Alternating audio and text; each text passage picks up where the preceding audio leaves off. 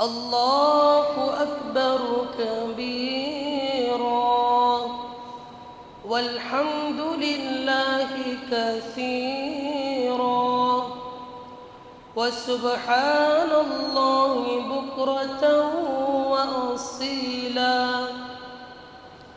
الحمد لله وكفى وسلام على عباده الذين اصطفى أما بعد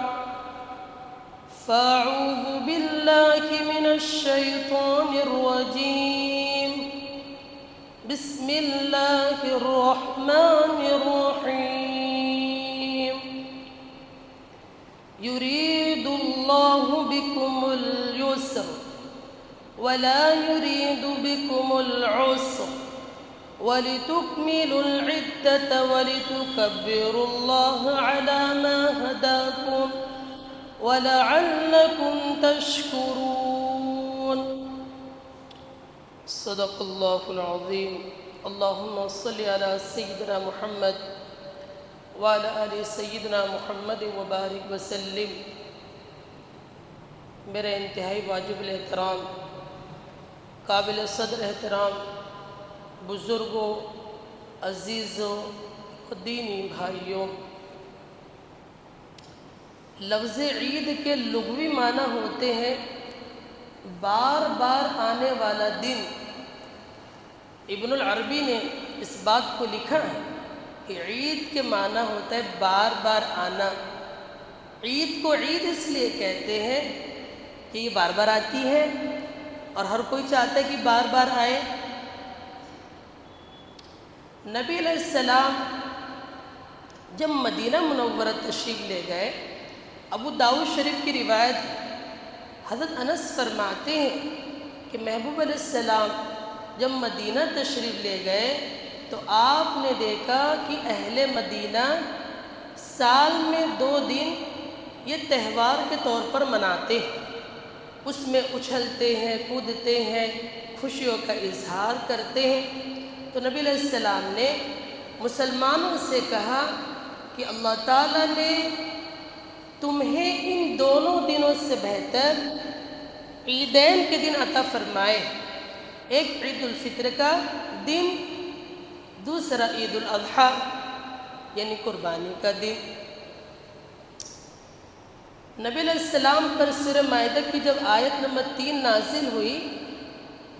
تو بعض یہود نے حضرت عمر سے کہا کہ اگر یہ آیت الیوم اکملت لکم دینکم واتممت علیکم نعمتی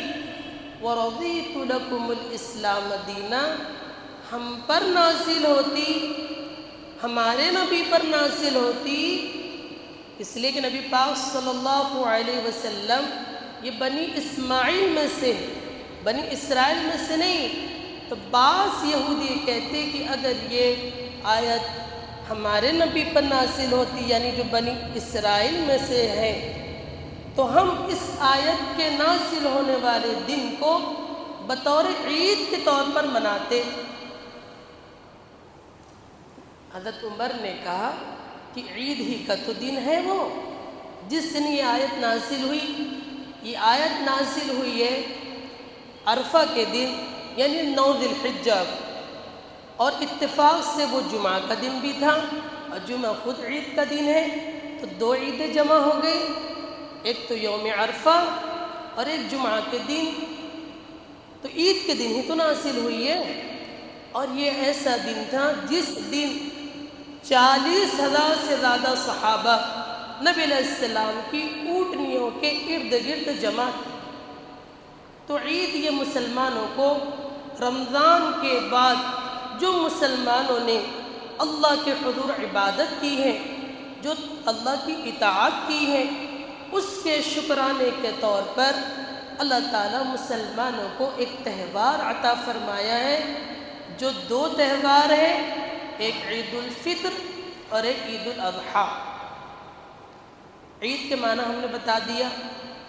فطر کے معنی ہوتا ہے توڑنا۔ مسلمان مسلسل 1 مہینہ روزہ رکھتے ہیں اور جیسے شوال کا چاند دکھتا ہے اب روزے کے سلسلے کو مسلمان کیا کر دیتا ہے، توڑ دیتا ہے۔ اگر کوئی شوال کے چاند دکھنے کے بعد وہ کہے نہیں میں اس زمین کی مخلوق نہیں ہوں، میں روزہ رکھوں گا عید کے دن بھی، میں شوال کے چاند دکھنے کے بعد بھی روزہ رکھوں گا، اگر کوئی ایسا کہتا ہے اور ایسا کرتا ہے تو اللہ کی نگاہ میں یہ مجرم اور گناہگار ہے۔ اس لیے کہ علماء امت لکھتے ہیں کہ پورے سال میں 5 دن روزہ رکھنا حرام۔ ایک تو عید الفطر، ایک شوال کو عید کے دن، اور 4 دن 10 ذی الحجہ سے لے کر 13 ذی الحجہ تک، ادھر مسلسل 4 دن اور شوال کی پہلی تاریخ یعنی عید الفطر کو روزہ رکھنا یہ حرام ہے۔ اس لیے کہ عید کا دن اللہ کی طرف سے یہ مہمان نوازی کا دن، اللہ کی رحمت بڑے جوش مار رہی ہے، اللہ کی شفقت بڑی جوش مار رہی ہے۔ بلکہ عید کے دن سے پہلے جو رات ہوتی ہے لیلۃ الجائزہ، اس میں ہی اللہ کی رحمت و شفقت بڑے جوش میں ہوتی ہے، اور پورے رمضان میں جتنے لوگ کی اللہ مغفرت کرتے ہیں اتنے ساروں کی مغفرت اللہ تعالیٰ لیلۃ الجائزہ میں ایک ہی رات میں کر دیتے۔ پورے رمضان میں جتنے کی ہوئی ایک رات میں ان سب کی اللہ مغفرت کر دیتے۔ جب عید کا دن ہوتا ہے تو اللہ تعالیٰ فرشتوں کو کہتے ہیں کہ جاؤ شہروں میں اور شہروں کی سڑکوں پر اور راستوں پر، راستوں کے سروں پر کھڑے ہو جاؤ، اور فرشتے آتے ہیں شہروں میں اور راستوں کے کناروں پر اور سروں پر کھڑے ہو جاتے ہیں اور آواز لگاتے ہیں، اور اس آواز کو انسان اور جنات کے علاوہ جتنی مخلوق ہے اللہ کی کتنی مخلوق ہے۔ ایک قول یہ ہے کہ اللہ تعالیٰ کی 80,000 مخلوقات، 40,000 مخلوقات یہ زمین پر رہنے والی ہے، خشکی میں رہنے والی ہے، اور 40,000 مخلوقات یہ پانی میں تری میں رہنے والی ہے۔ ایک قول یہ ہے کہ اللہ تعالیٰ کی 18,000 مخلوقات، اور تیسرا قول یہ ہے کہ اللہ کی مخلوقات کی تعداد کسی کو نہیں معلوم۔ اللہ فرماتے سورہ مدثر پارہ نمبر 29 میں وَمَا يَعْلَمُ جُنُودَ رَبِّكَ إِلَّا هُوَ، اللہ کے لشکر کی تعداد اللہ کے علاوہ کسی کو نہیں معلوم۔ تو انسان اور جنات کے علاوہ جتنی مخلوق ہے وہ فرشتوں کی آواز کو سنتی ہیں۔ فرشتے آتے ہیں زمین پر اور کہتے ہیں یا امت محمد، اے محمد صلی اللہ علیہ وسلم کی امت، اخرجوا من رب کریم، نکلو رب کریم کی طرف، وَيُعْطِ الْجَزِيلِ، اس رب کی طرف جو بہت زیادہ عطا کرنے والا ہے، جو بہت زیادہ دینے والا ہے، وَيَعْفُو عَنِ الْعَظِيمِ، جو بہت زیادہ گناہوں کو معاف کرنے والا ہے، جو بڑے بڑے قصوروں کو معاف کرنے والا ہے۔ چاہے آپ کتنے ہی گناہگار کیوں نہ ہو، آپ نے پوری جوانی سے لے کر بڑھاپا آپ نے گناہوں میں کھپا دیا، لیکن اللہ تعالیٰ عید کے دن جو روزے دار ہوتے ہیں، جو رات میں تراویح پڑھنے والے ہوتے ہیں، ان کو اللہ تعالیٰ مغفرت کا تحفہ عطا فرماتے ہیں۔ اللہ تعالیٰ فرشتوں سے پوچھتے ہیں ما جزاء الاجیر اذا عمل عملہ، اس مزدور کا کیا بدلہ ہونا چاہیے جس نے اپنا پورا کام کیا؟ فرشتے کہتے ہیں، فرشتے یہ بات کہتے ہیں کہ ان توفیہ اجرہ، کہ جس مزدور نے جزاؤہ ان توفیہ اجرہ، کہ جس مزدور نے پورا کام کیا ہے اس کو تو پوری روزی ملنی چاہیے، پوری مزدوری ملنی چاہیے۔ اللہ تعالیٰ بڑے جوش میں فرشتوں سے کہتے ہیں یا ملائکتی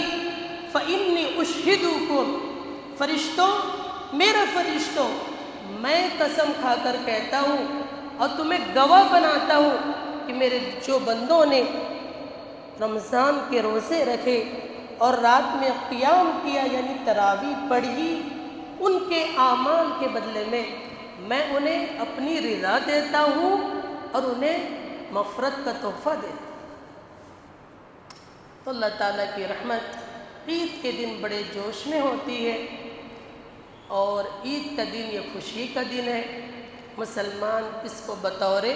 خوشی کے مناتا ہے، لیکن خوشی کا یہ مطلب نہیں کہ انسان شریعت کے قانون کو توڑ دے، شریعت کی حدود کو کراس کرے۔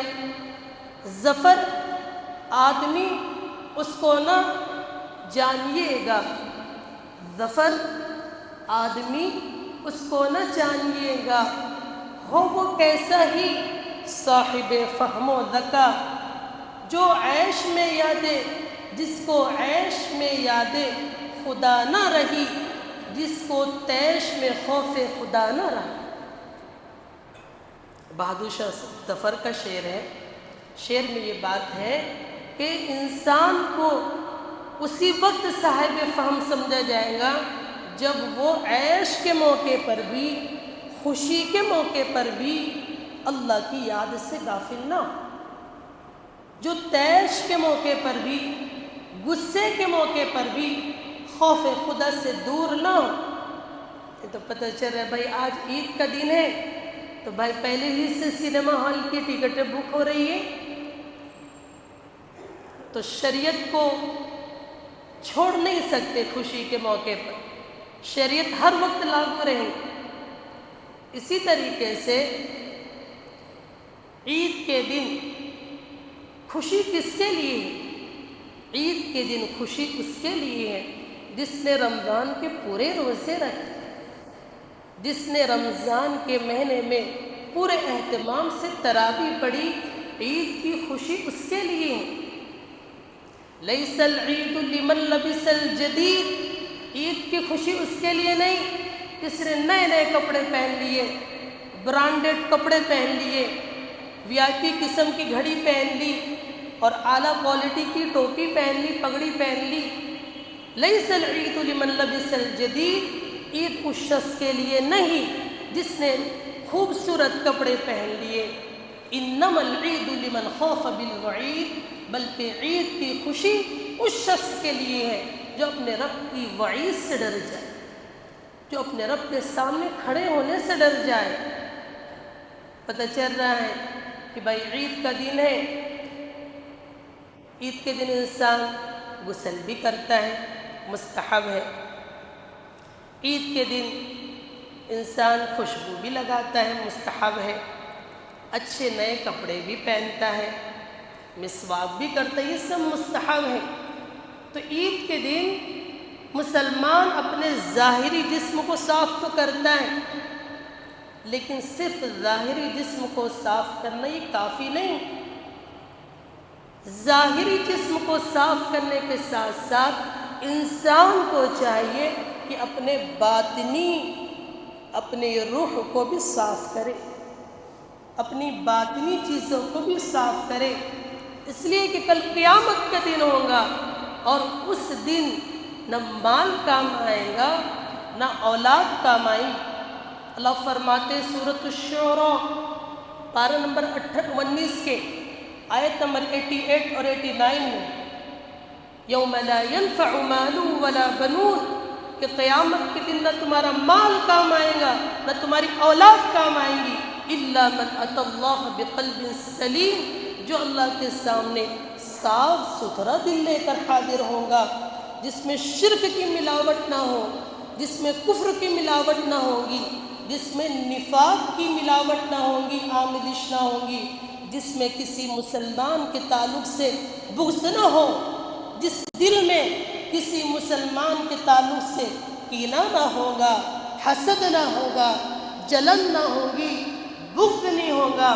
جس کا نفس تکبر سے پاک ہوگا،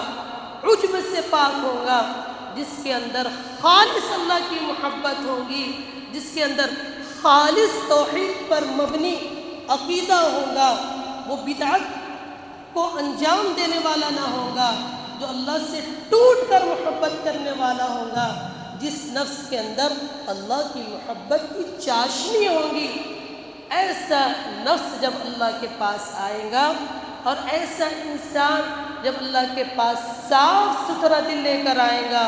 الا من اتى اللہ بقلب سلیم، تو اللہ تعالیٰ ایسے شخص کو کامیاب کرے۔ قد افلح من تزکا، اللہ فرماتے سورۃ الاعلیٰ پارہ نمبر 30 میں، کامیاب ہو گیا وہ شخص جس نے اپنے نفس کو پاک صاف کر دیا،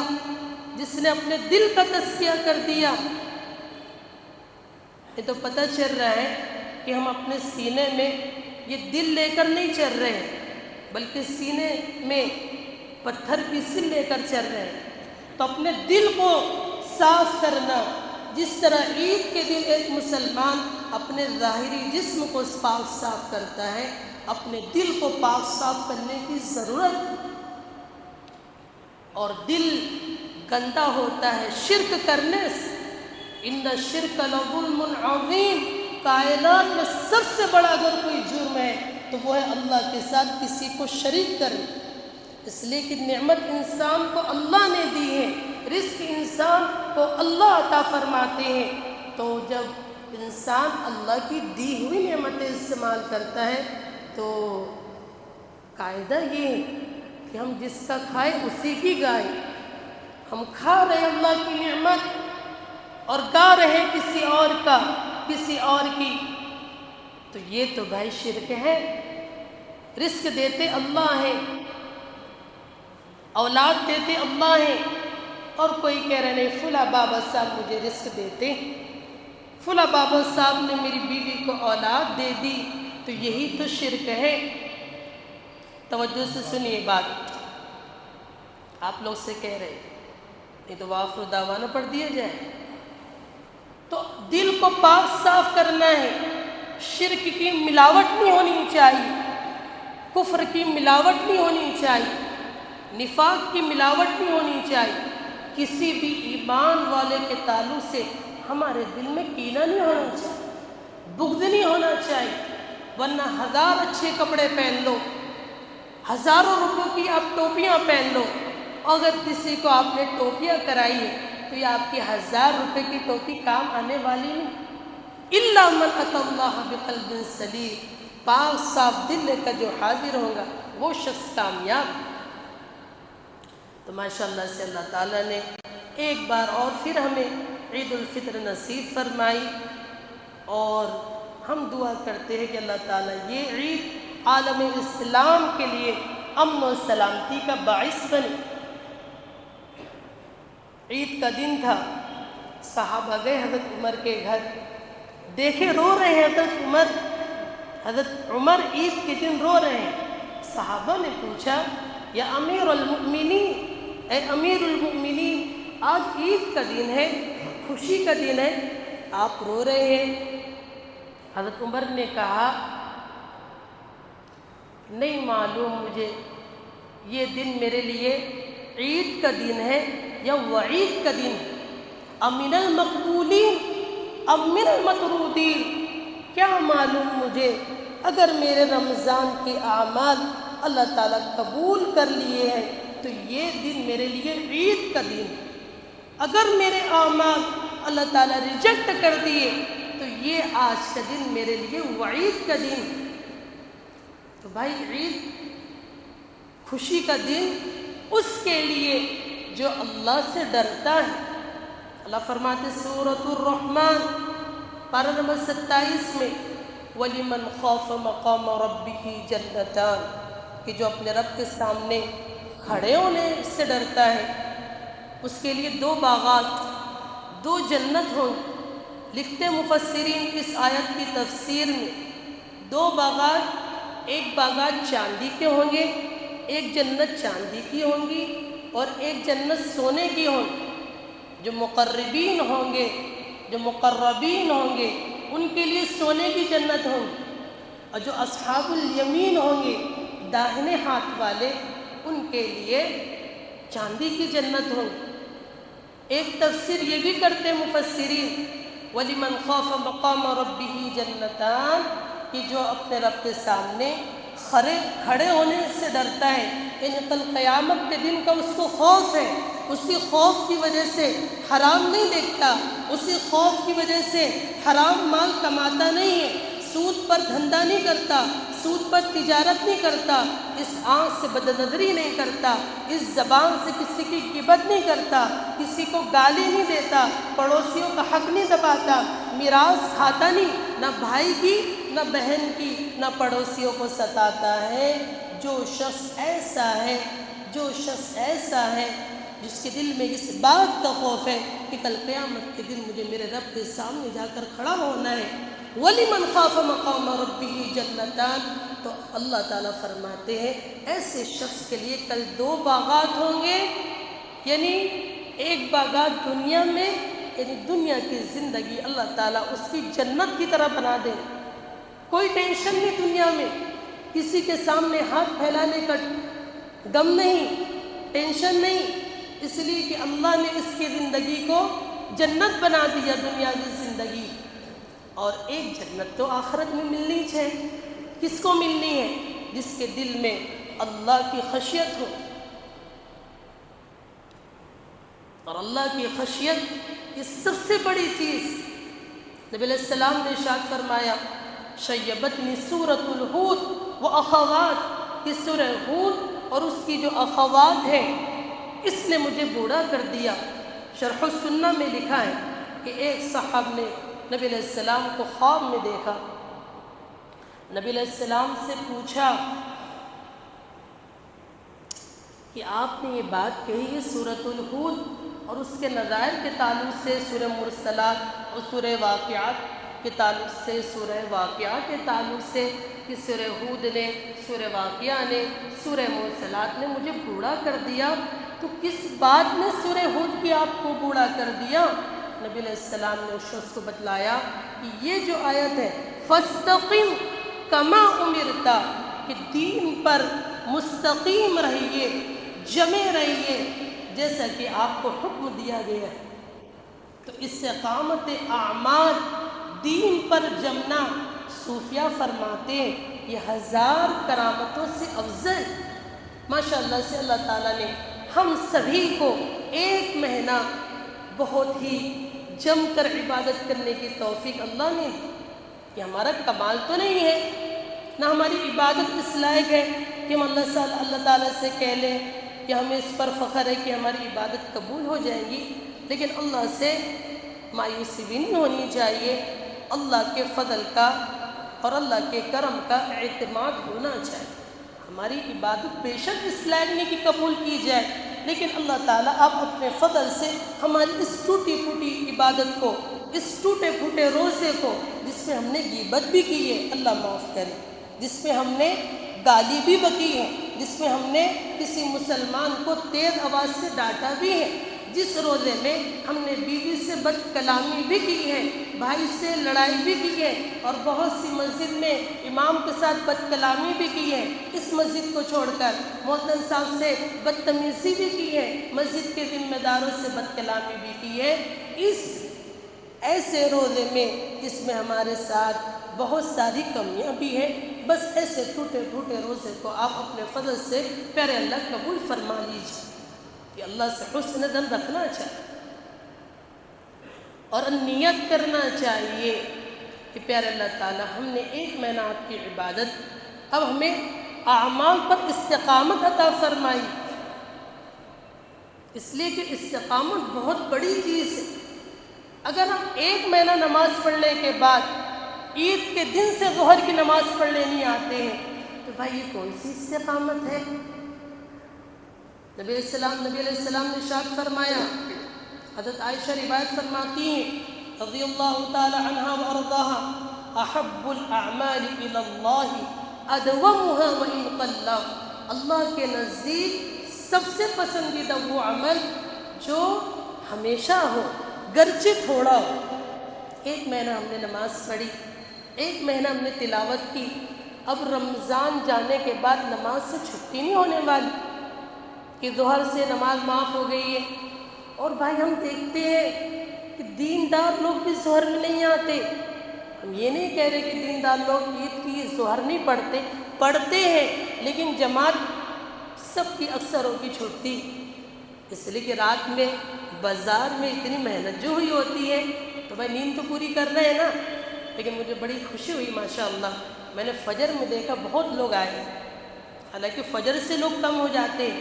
لیکن مجھے ایسا لگتا ہے کہ اللہ تعالیٰ مدینہ مسجد والوں کو مدینہ بلوانا چاہتے ہیں. اس لیے وہ مدینہ کے سرکار جناب محمد رسول اللہ صلی اللہ علیہ وسلم کی آنکھوں کی ٹھنڈک نماز کی پابندی کریں گے نا انشاءاللہ.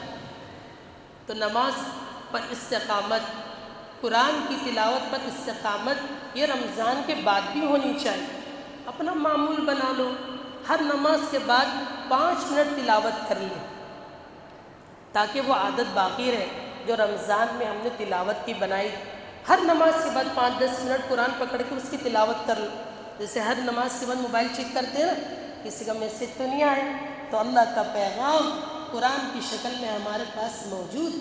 اس کو اٹھائیے، اس کو پڑھیے. اگر مسلمان قرآن کو چھوڑ دیے نا تو جیسے یہ لات جوتے کھا رہے ہیں ایسے ہی لات جوتے کھائے. اس لیے مسلمانوں اور اللہ والوں میں آپ سے یہ بات کہتا ہوں کہ جس طرح آپ نے رمضان میں مسجد کو آباد کیا، رمضان کے بعد بھی آباد کریں گے کہ نہیں کریں گے؟ مسلمانوں کے اندر دم ہے، بہت دم ہے. پڑوسی ملک میں ایک مسجد ہے، اس مسجد کا نام ہے مسجد شب بھر، یعنی وہ مسجد ایک رات میں تعمیر ہوئی. سمجھ رہے ہیں؟ مسلمانوں کا کسی قوم سے جھگڑا تھا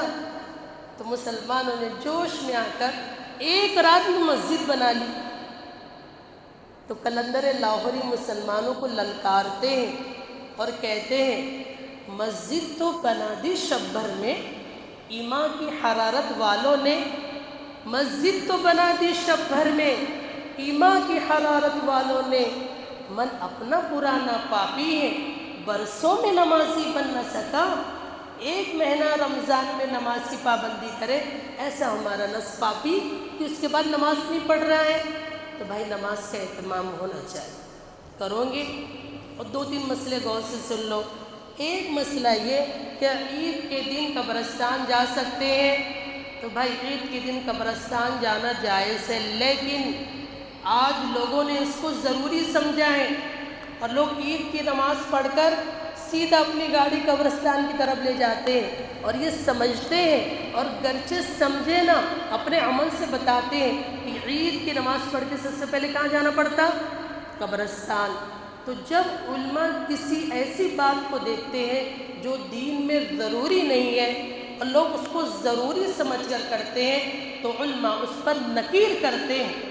اور وہ عمل بدعت بن جاتا ہے.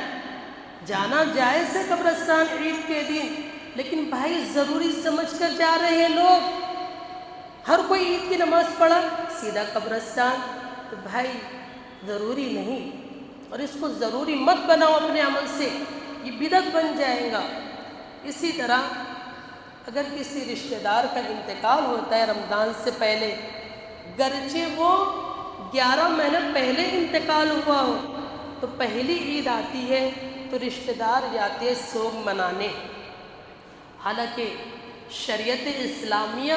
سوگ منانے کی اجازت صرف بیوی کو دیتی ہے 4 مہینہ 10 دن. والذین یتوفون منکم ویذرون ازواجا یتربصن بانفسہن 4 اشہر وعشرا. اللہ فرماتے ہیں کہ جن عورتوں کے شوہر وفات پا جائیں وہ عورتیں 4 مہینہ 10 دن عدت گزاریں گی بس. ان کے علاوہ جتنے بھی لوگ ہیں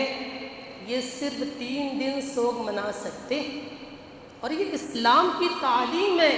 اگر کوئی 3 دن سے زیادہ سوگ مناتا ہے اس کا یہ عمل ناجائز ہے. میرے لفظ پر غور کیجیے کہ جائز نہیں ہے. اس لیے اگر کوئی رشتہ دار ہمارے دنیا سے چلے گئے تو بھائی دنیا سے تو ہم سب کو ہی جانا، ہر کوئی یہاں پر رہنے آیا نہیں ہے. تو پہلی عید منانا اور جن کے ہاں وفات ہوئی ہے وہ کپڑے نہ بنانا سب غیر مناسب، اسلامی شریعت کے خلاف. تو اس مسئلے کی اصلاح کرو. اور دوسرا ایک مسئلہ جو بات میں بڑی درد سے کر رہا ہوں کہ بھائی دیکھو مسلمان روتا ہے کہ مسلمانوں پر حکومت کی یلغار ہے، مسلمانوں پر ظلم ہوتا ہے، مسلمانوں کو دبایا جاتا ہے، مسلمانوں کی شریعت پر انگلی اٹھائی جا رہی ہے، اور یہ ساؤنڈ سسٹم نکالے جا رہے ہیں، لاؤڈ اسپیکر اتارے جا رہے ہیں۔ بے شک اگر ایسا حکومت کر رہی ہے تو ہم آئین کے مطابق حکومت سے اس کا مطالبہ کریں گے قانون کے دائرے میں رہ کر، لیکن میرے پیاروں میں آپ سے کہتا ہوں کہ حکومت جو کر رہی ہے اس کا جواب ہم دیں گے قانون کے مطابق، لیکن مسلمانوں یہ حالات کیوں آ رہے ہیں؟ ہم نے خود نماز کی اہمیت نہیں جانی،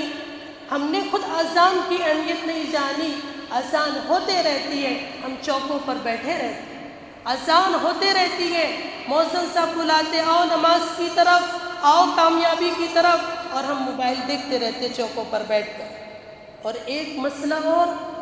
کامٹی میں ایک بڑی مسجد کے پاس عید کے موقع پر میلہ لگتا ہے، اور اس میلے میں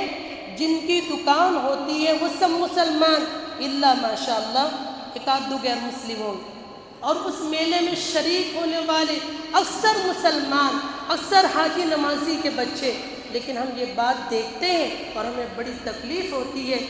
نماز کا وقت ہوتا ہے، اذان ہوتے رہتی ہے، لیکن اس میلے میں سب شامل ہونے والے لوگ جو مسلمان ہوتے ہیں کوئی اپنے میلے کو بند نہیں کرتا۔ اس لیے ہم کہتے ہیں، اور یہ ہمارے پیغام کو وہاں تک پہنچائیے آپ لوگ، کہ اس میلے میں جس طرح یہ شادی میں باؤنسر آپ رکھ رہے ہیں، شادی میں حالانکہ ضرورت نہیں ہے، اس میلے میں باؤنسر رکھنے کی ضرورت ہے، 5-10 باؤنسر اس میلے میں رکھیے،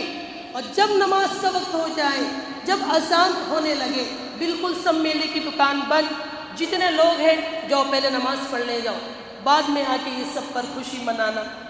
بھائی یہ مسلمان کا علاقہ ہے، اور مسلمان لوگ اس میلے میں ہیں، اور مسلمان اپنے عمل سے بتا رہے ہیں کہ نماز کی کوئی اہمیت نہیں۔ اگر نماز کی اہمیت ہوتی تو یہ میلے میں نماز کے وقت بند کر دیا جاتا سارا معاملہ۔ اس لیے اللہ والوں، اللہ کے نیک بندو، میرے پیاروں، اپنے آپ کو اللہ سے قریب کیجیے۔ اللہ کے علاوہ ہمارا کوئی ہے نہیں۔ اللہ کی محبت، ایسی محبت جس محبت کے سودے میں گھاٹا نہیں۔ دنیا کی جتنی بھی تجارت ہے، دنیا کا جتنا بھی سودا ہے، سب میں نقصان کا اندیشہ ہے، لیکن اللہ کی محبت ایسی محبت ہے جس محبت میں کبھی نقصان نہیں ہو سکتا۔ اس لیے اللہ سے ٹوٹ کر محبت کیجیے، اللہ سے اپنے تعلق مضبوط کیجیے۔ وآخر دعوانا ان الحمد للہ رب العالمین۔